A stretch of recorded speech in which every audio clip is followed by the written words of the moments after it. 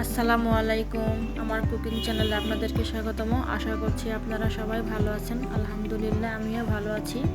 আজকে আমি আপনাদের সাথে শেয়ার করব লাউ পাতার ভর্তার রেসিপি। এর জন্য আমি প্রথমেই লাউ পাতাগুলোকে কেটে নিয়েছি। তো এটা আজকে আমি আলু দিয়ে ভর্তা করব। এর জন্য আলু লাউ পাতা ভালোভাবে কেটে ধুয়ে পরিষ্কার করে নিয়েছি। রান্নার জন্য চুলায় কড়াই বসিয়ে দিয়ে আলু এবং লাউ পাতাগুলো আমি দিয়ে দিয়েছি এবং এটা আমি টাকি মাছ দিয়ে ভর্তা করব। এভাবে কে কে ভর্তা করেন কমেন্টে জানাবেন।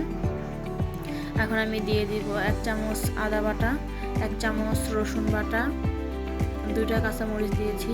পরে আরেকটা অ্যাড করেছি আমি পেঁয়াজ সামান্য এবং হলুদ দিয়ে দিব সামান্য পরিমাণে, বেশি হলুদ দিব না, এতে করে ভর্তার কালার সবুজ থাকবে না। লবণ স্বাদ মতো এবং সামান্য পরিমাণ সয়াবিন তেল দিয়ে পরিমাণ মতো পানি দিয়ে আমি ঢাকনা দিয়েছিলাম। দেখুন ভালোভাবে সিদ্ধ হয়ে গেছে এবং আমার পানি প্রায় শুকিয়ে গেছে। আমি এখানে সরিষার তেল অ্যাড করব। এই জন্য আমি আগে সয়াবিন তেল সামান্য পরিমাণে দিয়েছিলাম এবং সরিষার তেল দিলে ভর্তার ফ্লেভার বেশি সুন্দর হয় এবং খেতেও ভালো লাগে। এখন আমি এটাকে ভালোভাবে নেড়েচেড়ে একটু ভেজে নিব। এইভাবে খেতে আমি এইভাবে ভর্তাটা করি, এভাবে খেতেও ভালো লাগে। আপনারা ট্রাই করে দেখবেন। আমার ভর্তাটা হয়ে গেছে। এখন আমি পাটায় বেটে ভর্তা করে নিব। এর জন্য প্রথমেই মাছের কাঁটাগুলো আমি ছাড়িয়ে নিচ্ছি। সবগুলো মাছের কাঁটা ছাড়িয়ে নেওয়া শেষ। এখন আমি এটাকে ভালোভাবে পাটায় বেটে ভর্তা করে নিব।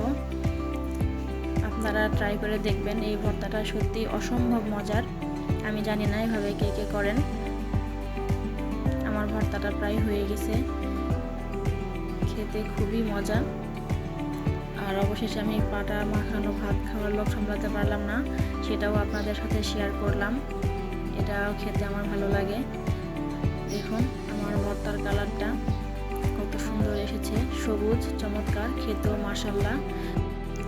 আমার এই ভর্তার রেসিপি ভালো লাগলে লাইক, কমেন্ট, সাবস্ক্রাইব করে পাশে থাকবেন। ভালো থাকবেন। আল্লাহ হাফেজ।